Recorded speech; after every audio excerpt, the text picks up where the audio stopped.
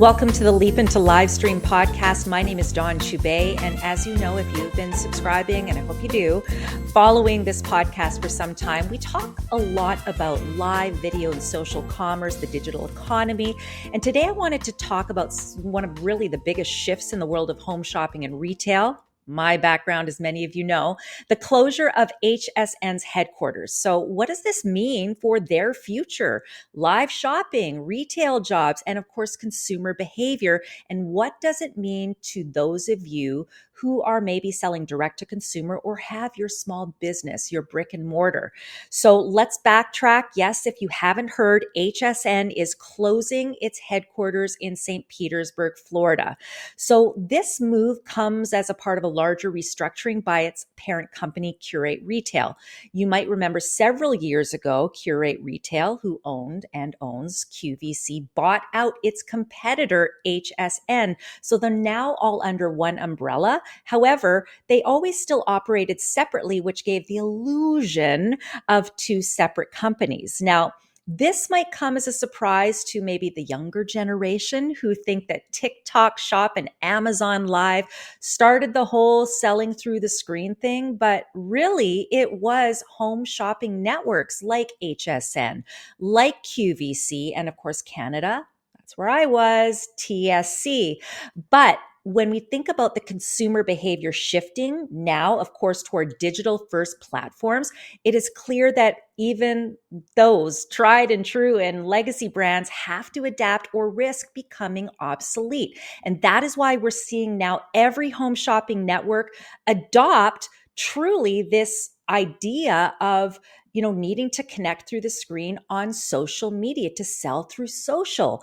And what I find particularly interesting and really telling, like fortune telling here, that QVC/HSN has now posted a new job on LinkedIn for a chief growth officer who is going to be, I'm going to say, spearheading HSN and QVC's social media and live streaming strategies. So they are really, I don't want to say they're going all in because of course they're still going to have their what we call linear broadcast, but we are definitely seeing more of the resources being pushed toward social media shopping and live streaming. So of course, for many of you that aren't in that world or don't sell on those networks, what does this mean for retail as a whole? So I want to talk about three kind of shifts that are happening right now. First of all, I just want to say TV home shopping is not dead yet, but there has absolutely been a huge decline in viewership. Consumers aren't tuning into live cable shopping networks like they used to. I mean, think about it. When was the last time you scheduled your time to sit around the television for the 6 o'clock news? So with more people also cutting the cord, a lot of people just streaming now, right? Some people don't even have actual television sets. HSN's traditional, I'm going to say, model has really struggled to compete with the immediacy and engagement of digital platforms. It's why we watch Facebook Lives and Instagram Lives, no matter the topic, even if it's not about shopping. Now, I've been talking about HSN, but there is another network called Shop LC who has also recently announced, although not shifting, I guess, warehouses per se or closing down warehouses, or headquarters, but they are now going to put more eggs into that digital and live stream basket. So again, this is a huge shift we're seeing with Shop LC. TSC, you might have noticed pre-holiday, they started to really amp up their live streaming as well. And they're doing it because it allows them to connect with their customers where they are, which is, let's face it, right, on their technology. Now, for those of you who have been joining me on Leap into Livestream, you know that I've been sharing the rise of social commerce, live stream shopping for some time now. How instead of watching a dedicated shopping channel, customers are now engaging with brands and influencers directly through those social platforms and even their own IP. This is what I've been trying to tell you. I've been trying to say that you now have a bit of a level playing field technology-wise to compete with those bigger brands. We see that increase in customer conversion because of that interaction face to face or one to many through the screens.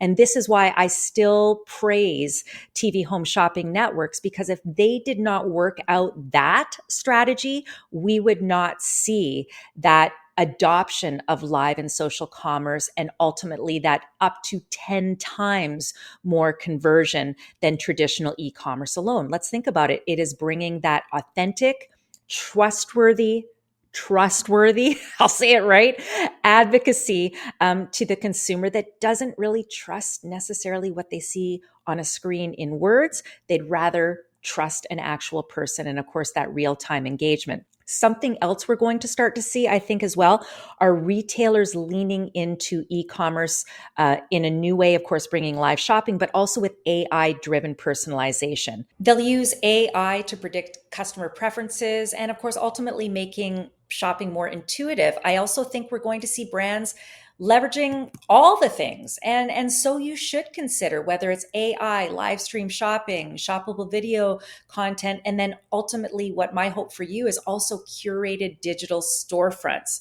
So let's talk also about the impact on retail jobs and the brands that are involved in this whole HSN closing down of their warehouse. The closure doesn't just mean a shift in business strategy, which of course we've talked about, especially with the job posting of the chief growth officer, whose sole job is to spearhead that social media and live streaming strategy. It also has a real impact on people, right? Jobs that are working in that retail and live selling industry. We have long-term hosts, producers, behind the scenes staff.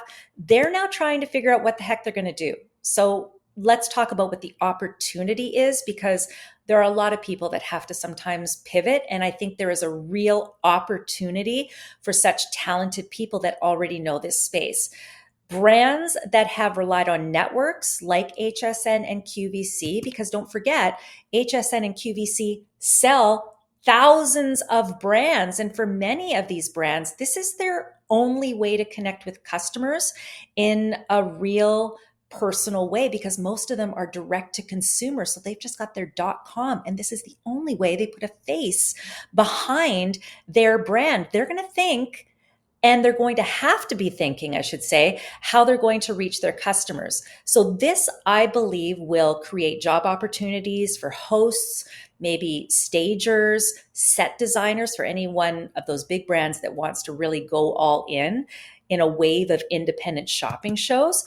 This, I also believe, can be an opportunity for hosts that want to work with many brands by creating their own digital storefront, right? Influencer brand collaborations. And then, of course, not to forget that not every brand that has ever wanted to appear in TV home shopping has had that opportunity. There is a deep level of criteria. It's kind of like Shark Tank. So there's a lot of brands that have always wanted to appear on TV to sell their product, to put a face to their product, but never got the chance. This is your chance. I promise you, you have a level playing field technology-wise. Obviously not the scale, but you have a chance to still meet face-to-face with your customers, and you're doing it now, going into it with a social media and digital strategy first, whereas home shopping, they're kind of thinking of it as an after effect. So you absolutely have a huge advantage here. So if you are a small business, an entrepreneur, or a brand looking at the future for your retail, whether you have a brick and mortar or direct to consumer, whatever it is, now is the time to start. If not experimenting, which of course is what I would love for you to do, definitely educating yourself. That's why I'm so glad that you're here on my Leap into Livestream podcast. It's why I created a PR and marketing guide to live stream shopping, because I know so many of you work with teams that have not progressed past existing strategies that maybe they have been implementing for dozens of years. This is a new era, and there is a massive opportunity on all fronts to fill the gap left by legacy networks, creating your own digital storefront. amping up your influencer marketing strategy. As a founder, get used to being on camera and selling your product. And by selling your product, I'm not talking about a hard sell. I'm talking about opening up Instagram, doing a live stream. Forget about all the fancy things that cost anything. Talk about your brand, your why. Why did you start your brand? Why did you create this product? Who is it meant to help? Show us how it works. Give us the proof. Read some testimonials. I don't like to offer guarantees, but what I will tell you, I would be mortified and surprised, maybe more than mortified, but incredibly surprised, and probably would die that you did not, if you didn't make a sale. You are absolutely going to make a sale. It is you that is behind the brand that people will trust and to try your product because of that. That at its core is what has made home shopping networks billions and billions and billions and billions. I don't know how many billions, but billions and billions and billions of dollars. So I know that you have that opportunity. And then when you are ready to go next level to really elevate the conversion, maybe with an integrated shopping platform, then you start looking at that. And if you start getting overwhelmed, that's going to be where I can come in and help you. That would be my hope for you, is that you reach out to me. So if you start to think of all of those elements, maybe start doubling down on your social media posts.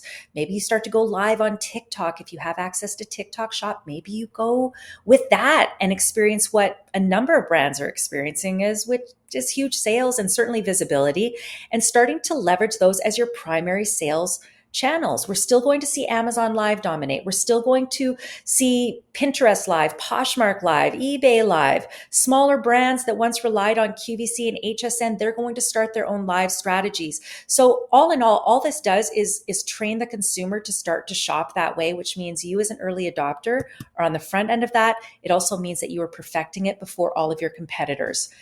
Hey, listen, I can only lead you to the water. You can choose to drink it or not, but all I ask is that you educate yourself. And I will congratulate you, because by listening this far, that's what you've done. By subscribing, that's your cue. I hope you subscribe to Leap into Livestream. You are going to at least be in the know. And then from there, you can decide how you want to navigate the future. And I'm just going to say, if you hope to have a future, you really do need to think about how you are going to adapt and maybe adjust some of your tried and true marketing strategies. Hey, start for free. If you need help, I'm here. You can reach out to me directly, dawn@livesellingschool.com. You can check out my website, lots of free resources, livesellingschool.com, videos, ebooks, podcasts, listen to old episodes. I got lots of information there for you to help you along. Thanks for listening. Hope to see you next time.